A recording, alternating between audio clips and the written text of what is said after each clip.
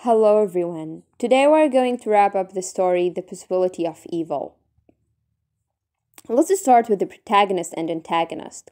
Now, Mrs. Strangeworth, the protagonist, the character traits, she is two-faced, polite on the outside but evil on the inside.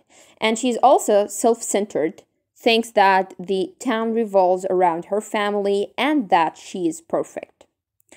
While the town, which is the antagonist, sloppy, they didn't put effort into looking presentable and didn't remember things. Antagonistic, felt hostily towards each other at times. Theme. The theme is like deceiving, deception. Theme statement: deceiving leads to people being misled for personal advantage, which leads others to act wickedly. We have two conflicts. Now, the first conflict, the type of conflict is man against society. Mrs. Strangeworth against the people in her town. Now, this conflict developed by Mrs. Strangeworth stays well connected to the people in the town, but however, after hearing the stories and by just observing, she goes home and writes impolite letters. The conflict resolved it's resolved at the end when she wakes up to find a letter returned to her. She's shocked when she gets a fitting reply from her town.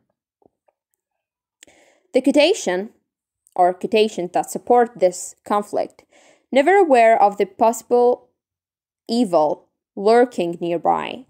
If Mrs. Strangeworth had not sent letters to open their eyes, as long as evil existed unchecked in the world, it was Mrs. Strangeworth's duty to keep her town alert to it. And these quotations connected to the theme. Conflict 2. Now, conflict 2 is like the type is man against self, which is Mrs. Strangeworth against herself. It developed by she wanted to feel a sense of superiority to the people in her town due to her being self-centered, her family history and upbringing in a perfect environment. She felt that the world was filled with evil and it was her job to do something about it. The conflict never resolved. The quotation: she began to cry silently for the wickedness of the world when she read the words, "Look out at what used to be your roses."